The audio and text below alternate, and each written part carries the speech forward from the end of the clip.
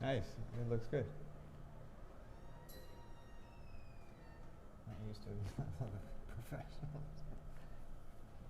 Of course, we are standing half hour late. A little bit.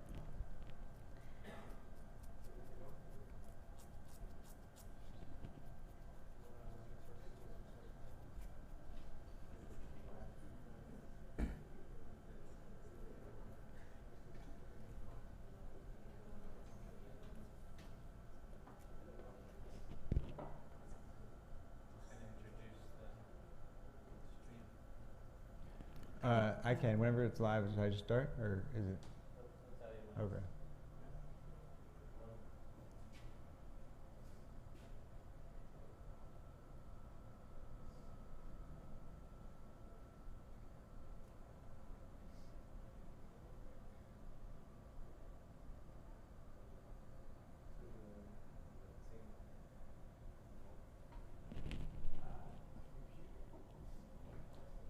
I like that the Hilton thing pops up.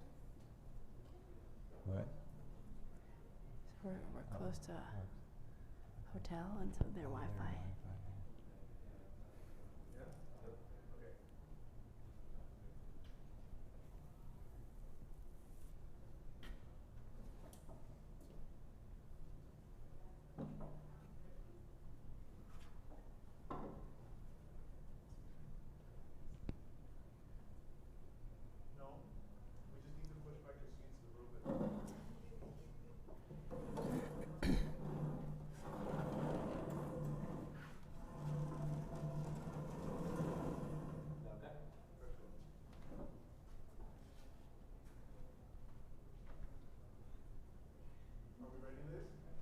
Ready?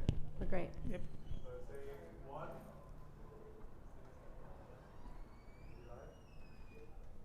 One, two, three. Let's go. Okay. All right. Greetings, everyone. Welcome to this afternoon conversation here at the People's Forum. Sorry we are a little late in starting.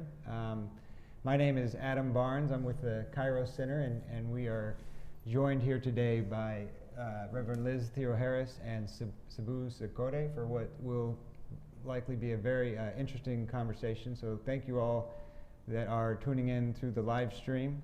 Thank you all for who are joining in person.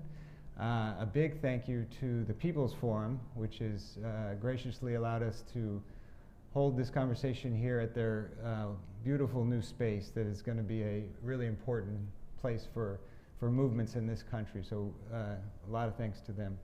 Also thank you to all of you who have tuned in, and of course to our guests here, Reverend Liz and Zikode.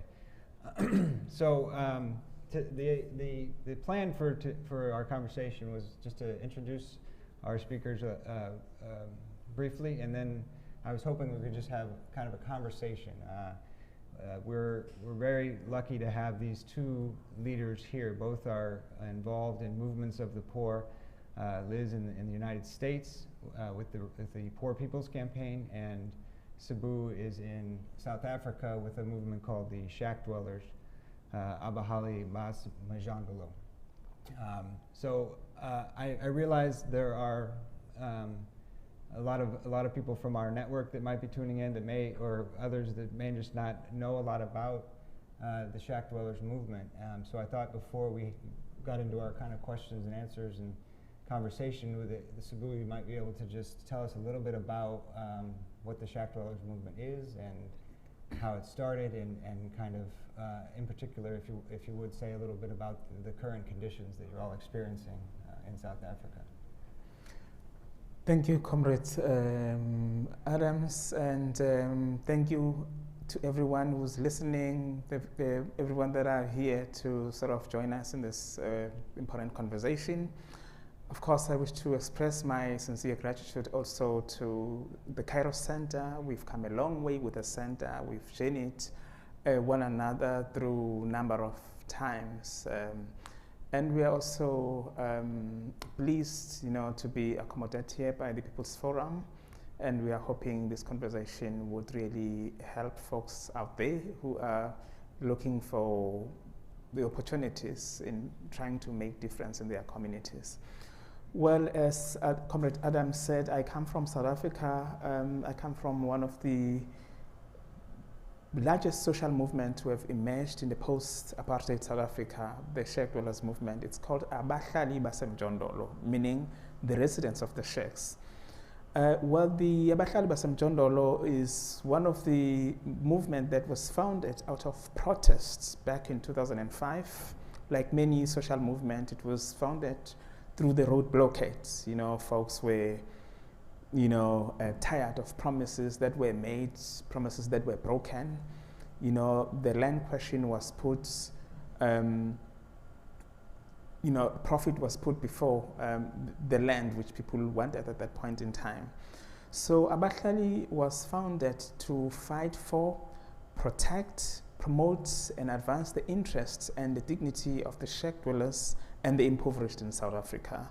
So the movement has grown immensely. We have more than 55,000 members that have been audited this year in good standing. So we are proud to have walked this journey, and of course it has not been an easy one, but yes, Abahlali has become one of the most powerful emerging voice, from our dark, confined corners of our society. So Abahlali is really doing some interesting stuff, focusing on land rights and housing in urban centers in South Africa. So the focus really is about dealing with the question of landlessness, homelessness, which we also see here in the United States, where poor folks are being pushed out of our cities because of the current economic system that tends to benefit the few at the expense of millions of global communities. We are also focusing on building dignity. For us, dignity is in the center of what we are trying to achieve. Now, the vision of the movement really is to build a society where equality, justice, respect, and dignity becomes the order of the day. And I would expect Comrade Dr. Reverend Liz to be smiling, because it's part of what the Poor Campaign is doing, and of course the work of the Kairos Center to envision a different kind of society where peace and harmony becomes the order. And that's what, this is what we are committed to build. Thank you. As you probably know, the Kairos Network and the campaign is all over the U.S., and there are a lot of people that are in different struggles around water or land or housing and jobs, and so this opportunity really, we saw it as a way to try and to bring some of the lessons and insights from your struggle, and to have that in conversation with what's going on here. But all that to say, I think one of the really valuable lessons that can be shared with this network and with the leaders that are coming together in the Poor People's Campaign and that are part of the Kairos Network is just to know more about how people come into your movement. Like how is somebody sort of able to join in, and how do you organize and develop leaders within Abahlali? And then I hope maybe this can reflect them as well. Oh yes, that's quite an interesting question, because I often remind folks that folks do not come to Abahlali because it is nice to, or because they are bored. They come to Abahlali because they're in trouble. Mm-hmm. They face a monster of the reality that we all face today. Many folks come to Abahlali because they've been forcefully and unlawfully evicted from their homes. They've been brutally murdered by either the police, by the militarized force formed by our cities to guard against those who are occupying land. But they come to our organization because they need lawyers. They come to our organization because they need shelter. Some come to our organization because they want to access education and health care centers that are decent, that are affordable, to the communities. So then people do not come to our movement because it is nice, it is fun to do so. Mm. They get forced. That is why I would not be surprised if folks do not participate here because they happen to live comfortable. But thanks to the Trump regime that have actually re-energized folks here and realizing that they should be taking part in a global movement to end poverty, that's what the Kairos Center is all about. And the Poor People's Campaign is, we are meeting halfway to reach a stage where these global movements aiming at, ending poverty in our communities, to effectively bring about the change that we need. So some folks will come to our movement just to get lawyers, because we happen to have a wonderful team of legal experts within the organization through our strategic partnership with the Socio-Economic Right Institute of South Africa, SERI, who have journeyed with us this journey for quite some time. So some folks will approach us and want to join us, not necessarily because they want to join us, but because they want to reach out to good lawyers that we have. But the strategic thinking around that is that we make, if we were to help them achieve their goals, and part of our popular education strategy is to say to communities, look, we're not going to struggle for you, but we're going to struggle with you. So we want to empower at the same time without actually building a dependency syndrome. But at the same time, we say to comrades, we use street strategies to confront the forces that we are fighting against. Those three strategies, the first one would be the political strategy, which says poor folks' ability to fight successfully lies within their unity and their numbers. So the political strategy says that the weapon that poor folks have is actually their unity and their numbers. So we organize around that, which is why sometimes direct action protests are so important in our movement. But secondly, we use media as a second strategy to expose the injustices, to expose police brutality, to expose the extent to which our current global economic system does to us. And of course, to expose corruption wherever they emerge. And then the third strategy, which tends to be a last resort, will be a litigation. Why litigation comes as a last resort? Because some folks tends to come to Abahlali just to get lawyers. So what we do, we sort of delay, them to actually meet their lawyers. Because what we want to do is that before they actually get lawyers and that professional support from the lawyers, we would have dealt with the mindsets, we would have changed them strategically, and by the time they see the lawyers, we would have given them a bigger picture and eventually the reason to remain in Abahlali beyond getting the legal support that they have come for. Because we don't want the folks to come and use resources and leave us. We're on a serious mission here to build a movement that would one day become the authentic voice of the oppressed and the working class. Thank you.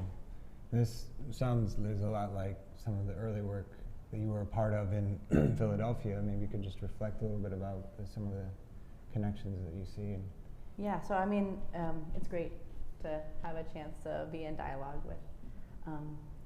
with Sabu Zikode, who I really think is in this world today one of the premier thinkers and actors in terms of a social transformative movement. And so it's really and Abahlali Baseba Jondolo is really a model, not just for what folks are doing in South Africa, but a model for what a grassroots movement made of people who are, being violated by this system with violence, every day in people's lives, folks, whether it's because people don't have electricity or water or adequate housing or living wage jobs, some of the very same indignities that people are seeing in this country. And as you're talking, there are real parallels to the organizing model that is developing out of poor communities in the United States. This idea that we have to, protest and do political organizing and amass power and influenced by uniting people across our differences.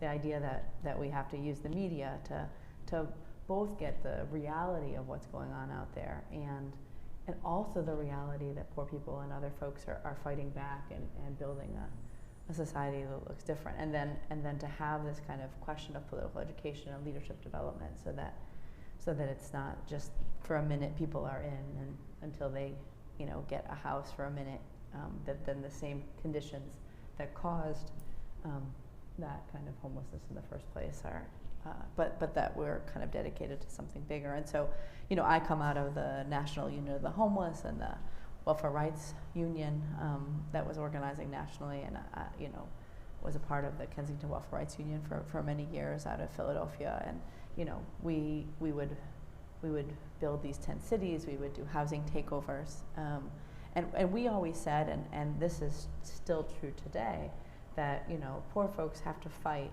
in the courts, in the legislature, and on the streets. And that often our biggest influence is actually fighting in the streets. But when we fight in the courts, we make alliances with movement lawyers. And when we fight in the legislature, we make alliances with other organizations and grassroots leaders who also see that we need to do something.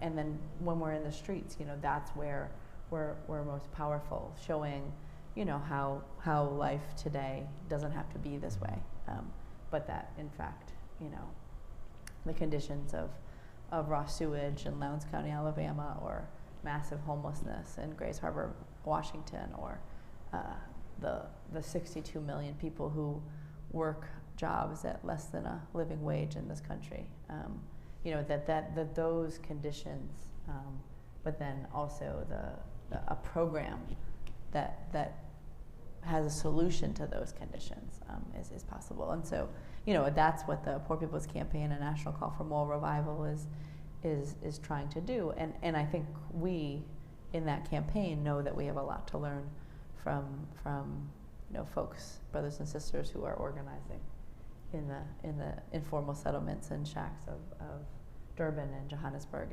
and all across South Africa and all across this world. Mm-hmm. Yeah, and then the numbers are really just staggering when you sort of look at it. I mean, a lot of the media right now will tell you, the stock market jumped 200 points. There's low unemployment, but I mean, we know from talking to you, Sabu, that there are 46 chapters of Abahali, but there are something like 3,000 informal settlements in South Africa, which amounts to 12 million or so people who are living sort of on the periphery of the society. In the US, we talk about, in the campaign, about this number, 140 million, which is nearly half the country. And I'm just curious, like thinking about, you both sort of talked about this idea of unity and coming together, and within that mass of people, there's so many ways that we've been kept divided. In South Africa, there's a lot of racism and xenophobia, and in the US, we have similar problems around the same issues. And so just if you would both mind reflecting a little bit about how you've organized to address those differences, the ways that the poor have been divided historically. Yes, in South Africa, we have come from a history of colonialism, obviously the recent apartheid that just ended in 24 years ago. So the divide remains. And of course, the current state policies continue to encourage the patterns of the past in terms of how the urban planning is conducted, which is why Abahlali takes a different view that we should occupy vacant, unused land in the cities, because during apartheid, cities were only reserved for white minority in this country, and that pattern continues. And it is now made worse by the power of money, meaning that if you do not have money, your humanity is somehow compromised and your right to the city is compromised. So as a way to sort of correct the imbalances of the past, we occupy land, unused, vacant land. And of course, we connect to water and electricity ourselves. It's self-connection. why would you live without water? How life would be? Can you actually live without water? Would you wait for government or for a messiah one day to deliver water to you? Surely not. Something seriously needs to be done, you know, which is why Abahlali have had to, you know, devise our own ways of living. So when it comes, of course, to the question of division, you know, amongst, you know, communities, it has always been part of the system to divide the working class. Because divided, we are weak. Divided, we have no voice. Divided, we compromise our democratic rights and principles. The right to participate, the right to freely associate. That's part of the division that is purposefully made by the system so that we are easily controlled by the powerful. That is why we have come out very clear as Abahlali, and we make a clarion call here as well to assert and affirm the importance of unity amongst the poor, to unite the poor across color lines. I mean, this is the call that the Karo Center has always, you know, put, you know, through the Poor People's Campaign and so on, and we want to reiterate that it is important that the poor unite. I mean, we've done that practically in South Africa when the violence of xenophobia against migrants, working class, has been made. Poor people are made to fight amongst themselves. You know, as Abahlali, we've come out very clearly to say there are no human borders. A person will always be a person, and your humanity is defined in relation to others. Your humanity is not complete without others. So you are not just a human being because you happen to be able to breathe. It doesn't make you human, but your humanity is really defined in relation to how you treat others. This is what we advocate, this is what we preach. This is the way we think the unity of the poor would be able to, you know, build their strength. Because we also believe in democracy from below. So it is our responsibility, therefore, to create unity, to organize poor folks and the working class, you know, as one class, which is in fact a majority in this country and anywhere in the world. There are few people who are really benefiting at the expense of the impoverished folks around the world. So we are now saying enough is enough. So unity is the strength, and it is the only weapon that the poor folks can use to confront the forces that keeps us in darkness, the forces that keeps us ignorance, the forces that keep us in deep poverty. So we believe that if we are united, surely we can never be defeated. Yeah. I mean, I so appreciate everything you're talking about. I mean, when Dr. King was talking about pulling a Poor People's Campaign together 50 years ago, he used this example from the Bible, and he said, you know, Pharaoh always had a favorite formula for basically keeping power, and that was to keep the slaves fighting each other, because when the slaves begin to unite, that's when slavery falls. And so, I mean, I think what was so strategic back 50 years ago and a piece that we're really trying to live into now is, what does it look like to unite poor people across racial, across geographic, across issue lines, right? All of these things. Like, you know, right now in the Carolinas, folks are struggling, you know, immensely from the aftermath of yet another storm, right? Like the Florence and that hurricane, you know, what its aftermath has left, you know, millions of families living in wastewater from the hog farms, you know, without electricity, without, you know, their houses being in okay shape, right? People aren't talking about that, but, you know, that's the reality that's going on right now. And as Hurricane Florence was hitting the Carolinas, there was this act that had the transferring of money from FEMA, from the federal government to go help families rebuild, to building permanent detention centers at the border. this is a clear example of dividing the poor, right? Here you pit, resources to rebuild communities that are destroyed by climate change storms, and against, poor folks who have come to this country seeking a better life, because NAFTA and other, free trade policies have wreaked havoc on other economies, and you have, the building of permanent, and so it spreads all of these lies. I mean, for one, it spreads a lie that poor people, whether they're immigrants at the border or poor white or poor black families or poor Native families in the Carolinas, have nothing in common. It spreads a lie that there's scarcity, that you have to rob Peter to pay Paul, that there's not enough to rebuild communities and build flourishing communities for this nation of immigrants, right? And then it continues to also take attention away from how people are actually coming together and kind of trying to build a better life. And so, I think that this key strategic place of uniting poor people with what they have in common, and that is the fact that, that half of this country is struggling with poverty or one emergency away from poverty. It's the fact that, more people die in this country from poverty than from heart attacks, strokes, and cancer combined. It's the fact that, that 14 million families can't afford water in this country. I mean, that's something that's not spread throughout the world. People don't know that there's 14 million families that cannot afford water. Many of those families living right next to fresh bodies of water that corporations like Nestle are bottling up for $200 a year.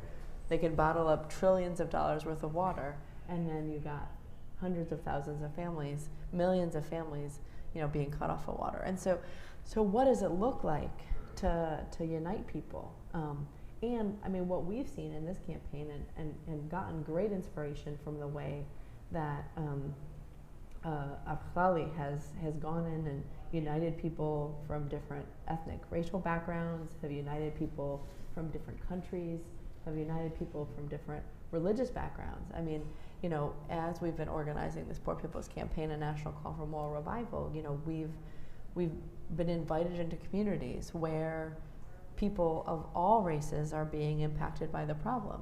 And so we were, in New Mexico last year doing a mass meeting, and you had, Native folk, indigenous folk who are, living in polluted areas, connecting up with Jewish people and with Christians and Muslims, and connecting up with poor white people and poor black people and poor Latino people, and saying, we're going to break through these lies, and we're not going to be pitted against each other, and we're going to, not just say, can't we all get along? We're not going to just say nice words of, there's no differences, but because there are, people need to hold on to each other's cultures and backgrounds, and come together united to say that,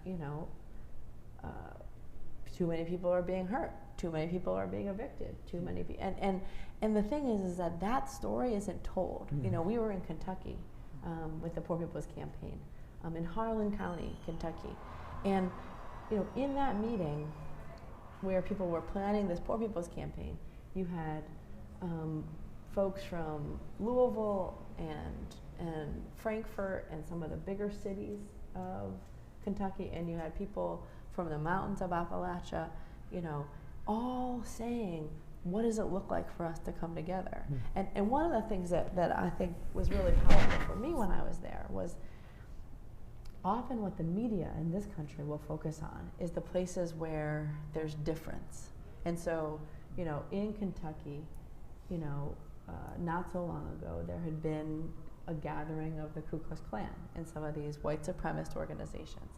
And it was actually in a town kind of nearby where the Poor People's Campaign was meeting. And so there had been a lot of attention to the fact that this hate group was gathering and had a rally. But there was no attention given to the fact that there was actually a counter gathering, a kind of like stop the hate gathering that was, you know, poor white folks and poor black folks and poor Latino folks all there. But what we heard about was just this small little rally of the Ku Klux Klan. And we heard nothing about this powerful effort, fusion effort of people across race to come together and not just protest this hate group, but to say, look, this is what we're doing in the community, this is the movement we're trying to build, can you join us? But we get no attention to that, and we get all the attention to the things that are dividing us and telling us that we're different and pitting us against each other. And I think, you know, again, what I've gotten such great strength from and inspiration from is both the families in this country who are connecting across those lines, as well as, you know, learning lessons from South Africa and from other places. Yep. Sorry, excuse me. Correct me if I'm wrong, Sabu, but it sounded like one of the ways that people were sort of brought into the movement was by meeting sort of direct needs, like immediate needs of experiencing poverty or losing, you know, not having a livelihood in the rural areas, and then coming to the city and also finding no way to secure housing. And then Abahali sort of is able to meet those needs and bring people, and that's sort of like the initial way that people are brought in, because they can see that there are other people in the same situation, and that helps to sort of form that community. And I think similarly with the Poor People's Campaign and National Call for Moral Revival, I mean, it's built on decades of people, poor folks organizing in and around different struggles, but it you know, my experience of it over this past year is it's been able to create a space that's sort of welcoming to like so many different people, and it's not, you know, a lot of people talk about coalition and kind of unity, but I've seen it played out, and I think a big part of it, in addition to the on the ground work where people are just sort of ready and the conditions have changed, was the action that people were able to take together, and the way, you know, whether it was at these mass meetings or it was the civil disobedience, but that sort of helped to kind of show people what it might look like to be united with people that are different.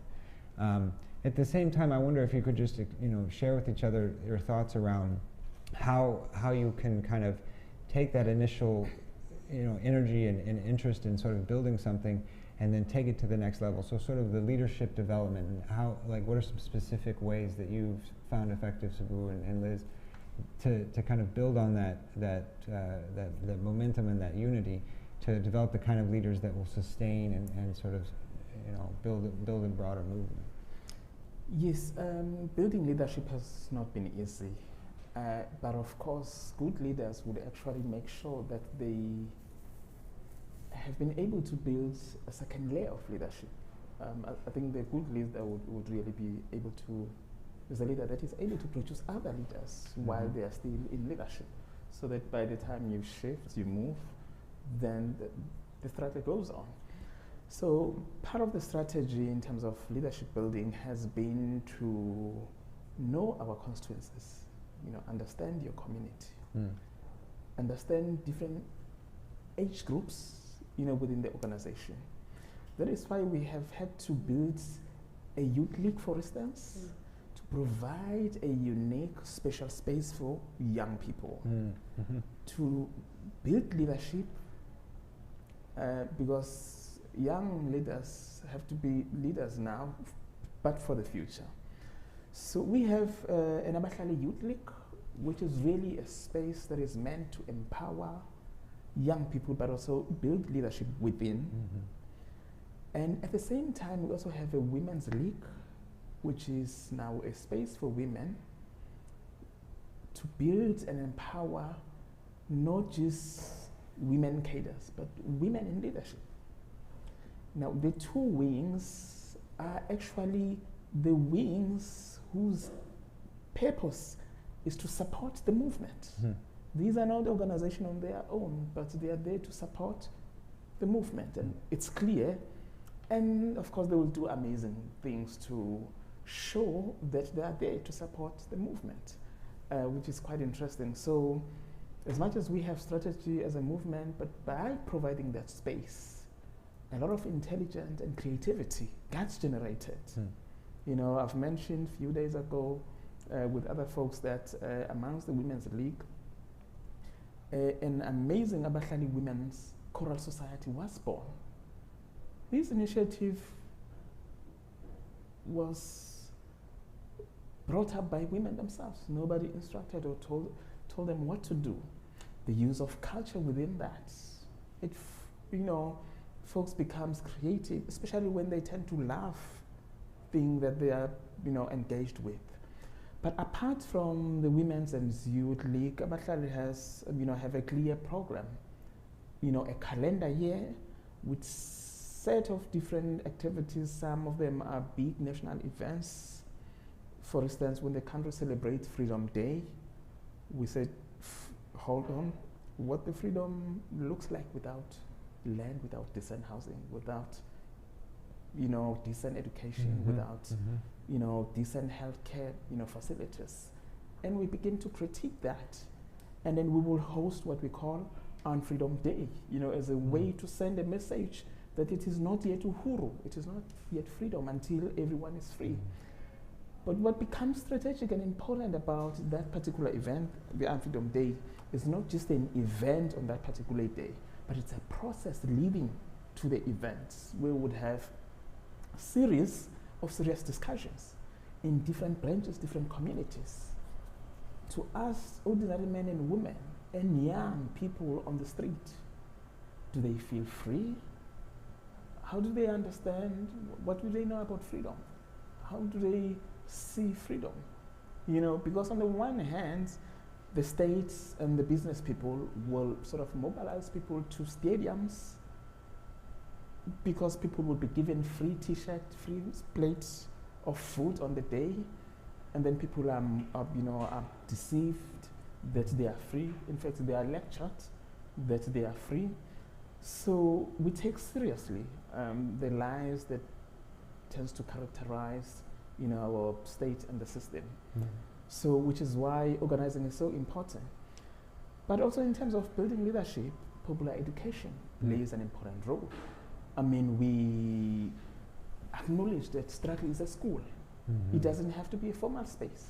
We learn in the street through protest. We learn while jumping, while protesting on the road, while blockading the road, while standing with our placards, whether outside the courts or outside embassies. That is learning. We learn in the courtrooms when sometimes we take our struggle into illegal terrain, and it's empowering. The process leading to that, not just, you know, a lawyer, prosecutor, or a magistrate or a judge, but leading to getting into that courtroom when folks will be part and parcel of consulting with their legal team, giving them instruction, because the empowerment has to go in two ways. So if you are organized enough, then the lawyers will be certain as to how to take instructions from clients. But these organized folks makes it even extremely difficult for lawyers. For instance, how is the lawyer going to take instruction from divided clients? Who are they going to listen to? You know, so which is why it's important to really organize in a manner that is able to not only empower communities, but also comrades, lawyer movement, and so on feels comfortable with the kind of relationship. But also part of our strategic building of leadership. We would have what we call the University of Abahlali Basemjondo. It's a wonderful university that has never been seen anywhere. It has no walls. Fortunately, the PF folks here, they are fortunate to have walls. Probably the Poor People's Campaign, at least it's housed within the Cairo Center. You can, you know, point out the walls. But the University of Abahlali does not have physical walls. So it is a learning space. It is where our living politics has been developed. You know, a politics that speaks to day-to-day thinking of ordinary men and women in the streets. It's a politic that talks to the reality of how people are living, how they are marginalized by the system. So this is our own homemade politics. This is how we sort of term it, because it's a politic that every man and woman can understand. It doesn't require thick books. It doesn't require academic and intellectual knowledge. It is just natural. So with our living politics, we are able to produce what I call shack intellectuals, or even organic intellectuals, are created through the University of Abahla as a space of learning. So how we are structured also is important as a way of building not just leadership, but the entire community of leadership. For instance, if you were to join Abahla Basemjondo, from the onset, you are challenged to speak to your families about joining Abahla. You are challenged to speak to your neighbors. And you are forced to become an organizer from the onset, because what we are going to do is to say, go and organize few folks, at least a minimum of 50 folks, and then we'll come and do the presentation. Because joining Abahla as an individual is not always helpful. We want to be realistic here. So when you are facing gentrification, eviction, it's not Boo at the Abahla office that will come with answers. It's not Liz from the Cairo Center who will come as a messiah. It has to be your family. It has to be a strong neighborhood. It has to be a strong community. These are the forces that we're confronted with.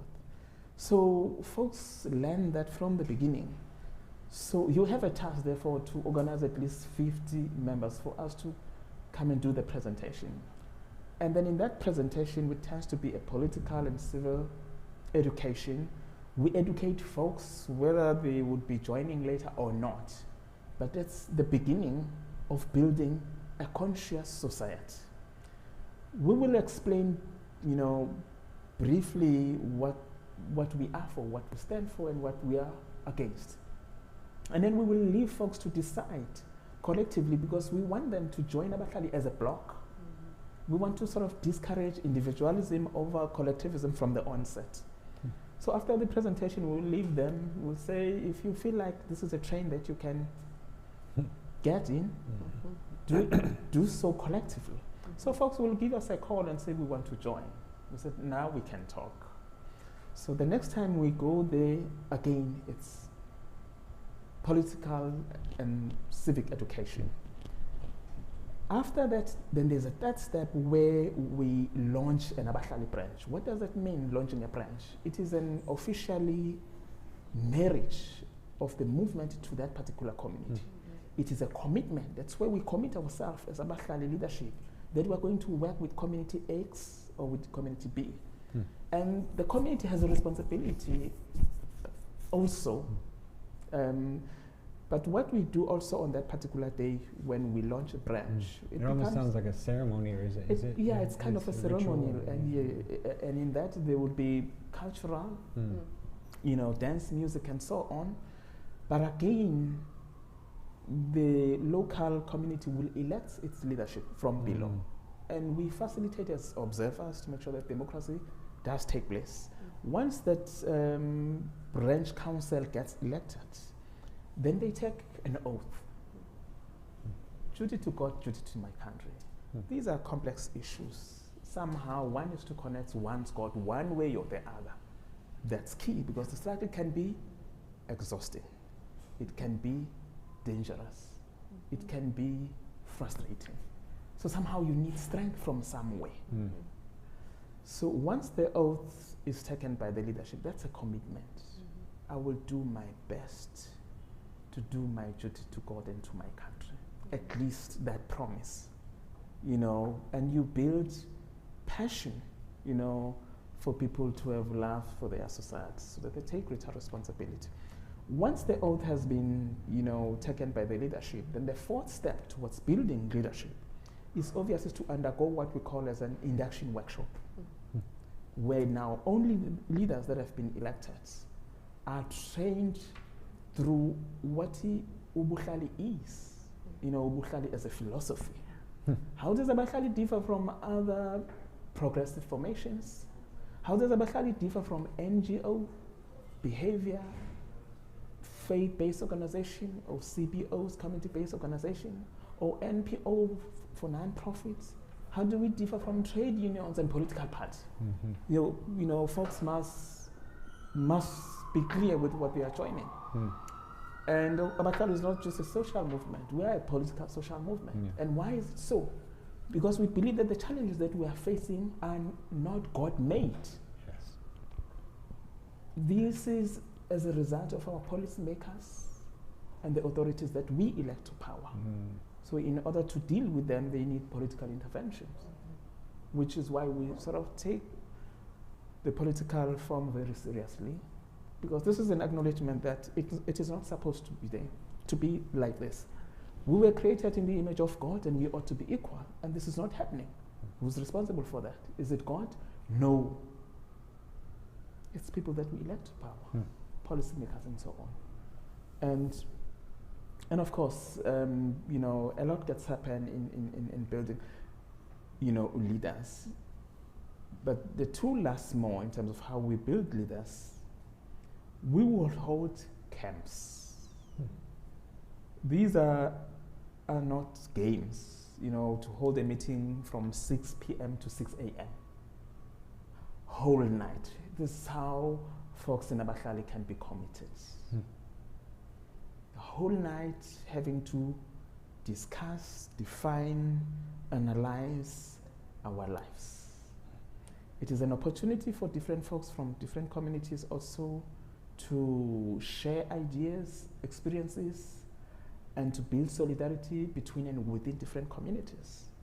I have found camps very instrumental in building strategic relationship and solidarity between and within, you know, different branches, because they come from different backgrounds, but also some are new, have just joined, but some are old.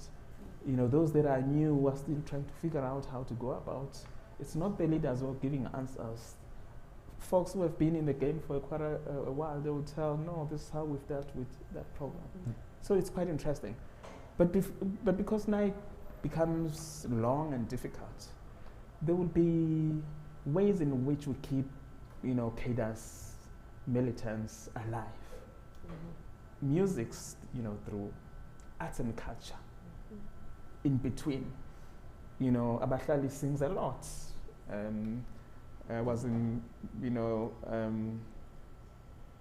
one day we were visited by Comrade Vijay in Abahlali, and he was just come from NUMSA meeting. And he said to us, hey, listen, man, I've been to NUMSA office trying to meet the folks there. But out of 30 minutes that I was there, these folks were singing like 20 minutes, and we only had to meet 10 minutes. So folks in NUMSA could not balance. I mean, well, I don't know whether it's an African culture or what it is, but comrades tend to really enjoy, you know, music. It does help in a way. It does rehabilitate the mind. It does energize. It does make people to forget, you know, the suffering that they would come from. So when they are mixed with folks, it's quite an interesting moment. So we use that in between for us in order to deal with the whole night, being awake and having to discuss. It's very empowering, because there you would learn that, oh, Abahlali is not just about land, housing, and it's not just about services, it's not just about poverty, but it's empowering. It's more about the kind of a society we want to build. It's about dignity, something that you will not learn from any institution in the world. I have never heard of a college of dignity, you know, but it is a space. I mean, we've been able even to capture Christian people, you know, not just denying them the right to go to church, because Abahlali happens to hold big meetings on Sunday, but they have found, you know, Abahlali space as a church itself. That's right. So it is not just really denying people the right to go to church and their religion, but we occupy that space so that people feel spiritually fulfilled, you know, at the same time. Yeah, that's amazing. Totally amazing. Yeah, I mean, what it made me think about was the way that we heard about Abahali, Basabanjondolo, was that Willie Baptist, who helped to coordinate our poverty scholarship and leadership development work at the Cairo Center. And I think poverty scholarship is much like Shack intellectuals, right? I mean, it's folks that are impacted by the poverty and injustice in our society, but who are, using both that and, study to be able to kind of become intellectual leaders and practical leaders of a struggle. And so, but Willie actually read an article that Richard Pithouse had written about Abahali, and it was called "The Struggle is a School."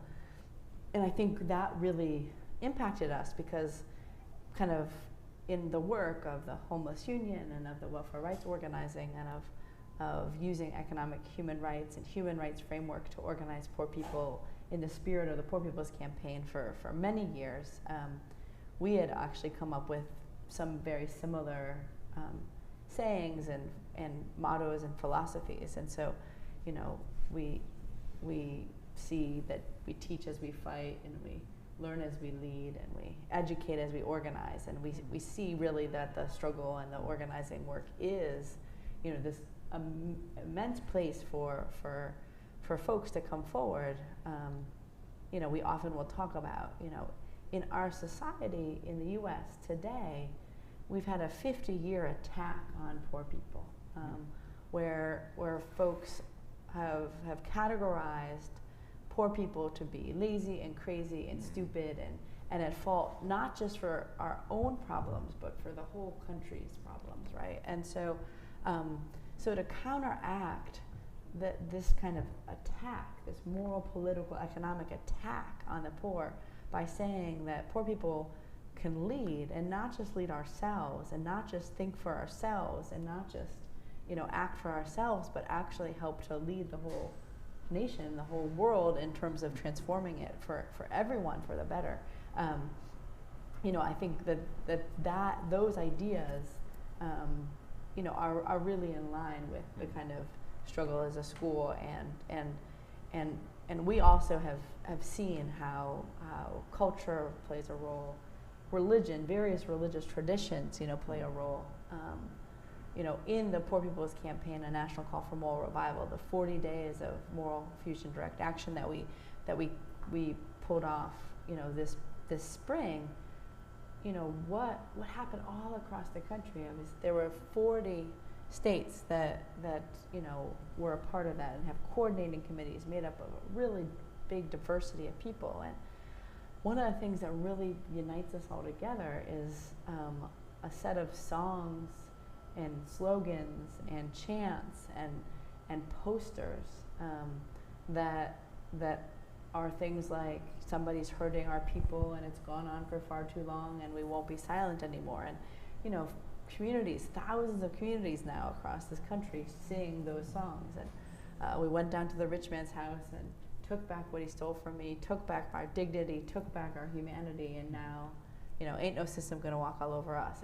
And a song from the 1968 Poor People's Campaign, "Everybody's got the right to live, everybody's got the right to live." And before this campaign fails, we'll all go down to jail because everybody's got a right to live. And one of the things that was really powerful for me is we did this massive march and call to action rally on the National Mall on June 23rd, and then we went from this and we had this kind of tent city set up right there, and then we marched and we delivered our demands. But as I was speaking alongside of all kinds of poor folks from across this country and others that have come forward for this campaign, as I would say some of those slogans, as I would start to sing some of those songs, just the 25,000 people that were gathered there all knew those songs. And so I think seeing that, what the role that it plays, and the role that ritual play in movement building and but again, I think we have a lot to learn around all of this. And so I'm I want this conversation to keep going, even though I think. Yeah, no, I hadn't heard of the extent of that leadership program, and it's just there's so much more to dig into. But I really appreciate that you both got into the religious dimension of it, and how, I mean, the Poor People's Campaign National Call for Moral Revival is co-led by two Christian ministers. I mean, it's I think pretty much every organized religion and even ones that aren't so organized are taking part in the Poor People's Campaign, and it's played a very important part of how